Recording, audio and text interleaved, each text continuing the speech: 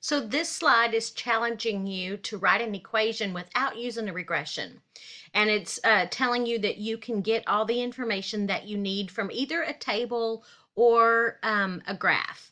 And what you're going to need, we might not be able to see it, there it is. All you're going to need are two pieces of information. You're going to need to know the y-intercept, and you're going to need to know either your growth or decay factor.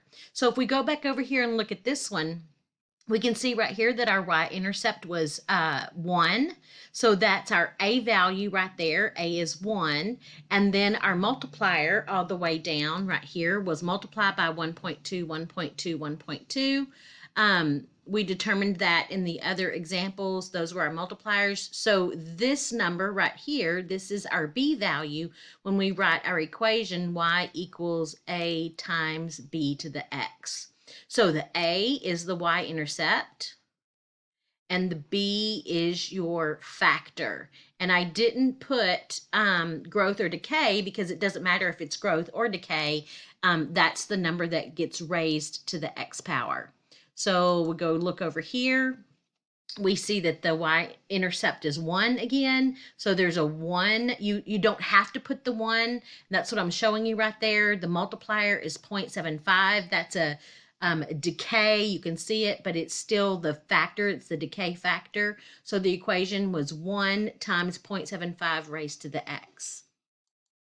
Here, it may not always be the number at the top. It is always the y-intercept, and the y-intercept is the one that has a 0 for the x value. So here we see that the A has a value of 3, and my multiplier right here is times 2. So this equation would be y equals our A value, which is 3, times our B value, which in this case is 2, raised to the x power.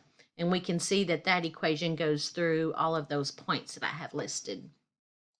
And then even if we don't have a table of values, if we can get those values off of our some ordered pairs, okay, we see right here our ordered pairs. This is a table value. It's just not written in the form of a table. We can see that to get from 3 to 1.5, we're multiplying by 0.5. And again, 1.5 times 0.5 is 0.75. So our y values are being multiplied by 0.5. And my y-intercept right here is 3.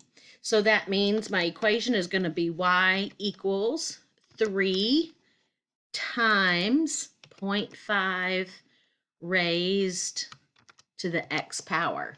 And you can see that red graph went right on top of the blue one, okay? And it passed through those points. So that's how you can write an equation from a table of values or from a graph.